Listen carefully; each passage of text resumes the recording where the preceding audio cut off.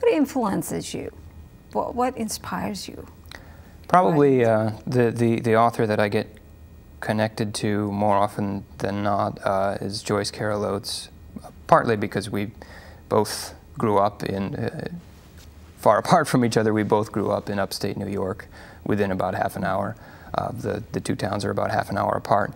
And something about growing up there, I guess, has sort of a similar influence on our writing styles, because we're both sort of concerned with criminal activity and the dark side of things and the cold side of things, I suppose, that might have something to do with upstate New York.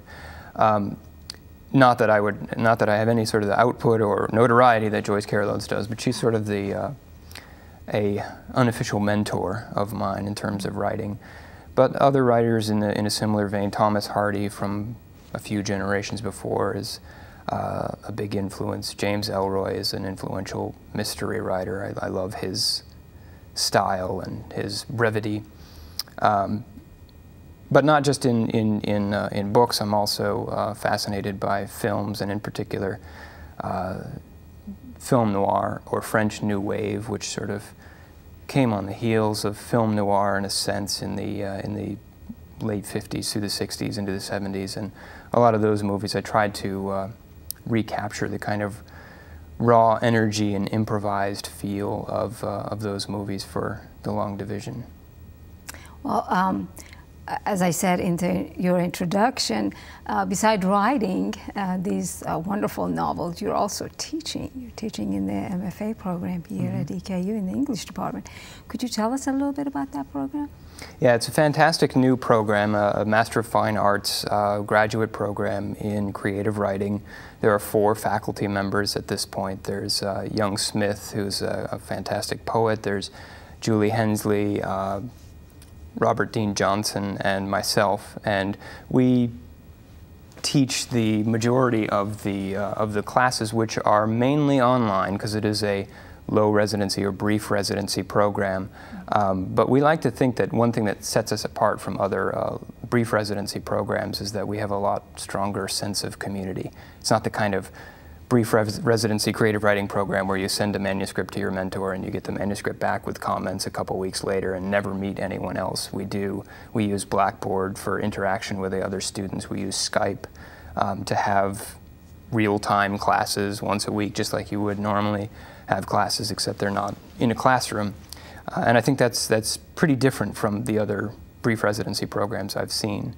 In addition to that, we have our twice-a-year residencies. One is in Lexington in January, and the other one at this point is in San Miguel de Allende in Mexico, which we do in conjunction with the University of New Orleans. Well, how do you connect, or how does your teaching is influenced by your writing?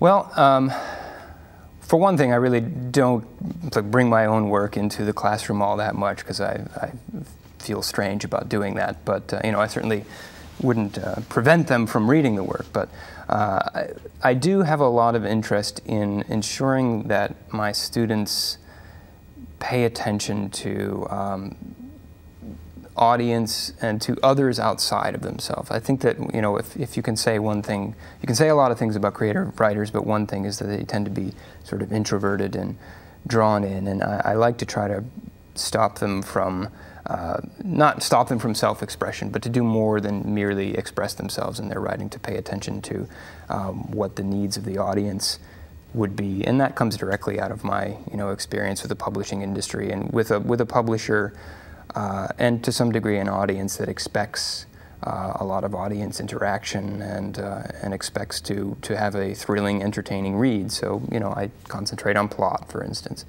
But also I like my students to explore characters that are very different than themselves, so they don't end up writing the same kind of character over and over again, and to, you know, sort of method act their way through characters who are totally different than themselves, which is something that I also do. In my first novel is told from the point of view of 3 women, and the second novel has a lot more points of view than that, none of whom I would say are anything like myself. I purposefully choose characters that aren't like me. Like, one of my characters is obsessed with math, and I hate math. I can't figure it out.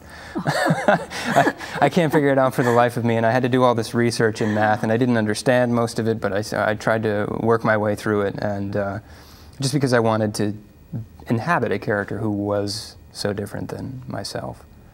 Well, thank you, Derek. This has been absolutely fascinating. Thank you. That's it for this edition of Focus on Scholarship. I'd like to thank our guest, Derek Nikitas, and invite you to read The Long Division. You can find copies in the John Grant Crabb Library.